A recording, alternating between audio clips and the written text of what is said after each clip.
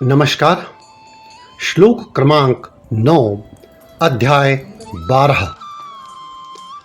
अथ चित्तं समाधातुं न शक्नोषि मयि स्थिरम् अभ्यासयोगेन ततो मामिच्छाप्तुं धनंजय। हिंदी भावार्थ। यदि तुम अपने चित्त को मुझ में स्थिर कर पाने में समर्थ नहीं हो तो हे अर्जुन, अभ्यास रूप योग से अर्थात पुनः पुनः प्रयास करके मुझे प्राप्त करने की कामना करो। श्लोक क्रमांक 10।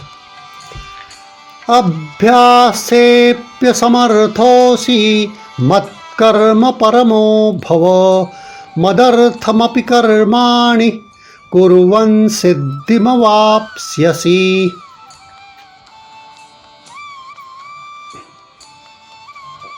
हिंदी भावार्थ। श्लोक क्रमांक 10। यदि तुम भक्ति योग के अभ्यास रूप के विधि विधानों का भी अभ्यास नहीं कर सकते हो तो केवल मेरे लिए कर्म करने के लिए ही पारायण अर्थात तत्पर हो जाओ। इस प्रकार मेरे निमित्त कर्मों को करने से भी तुम्हें पूर्ण अवस्था अर्थात सिद्धि प्राप्त होगी। श्लोक क्रमांक 11।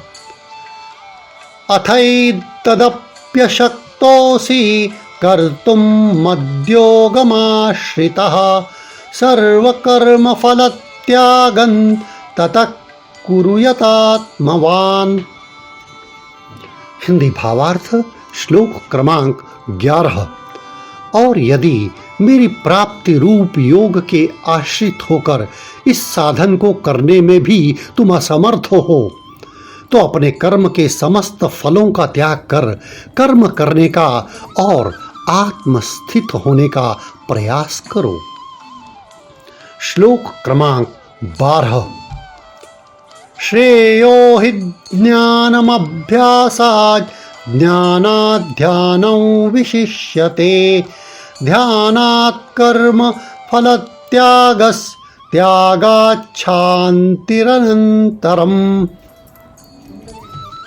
हिंदी भावार्थ। श्लोक क्रमांक 12।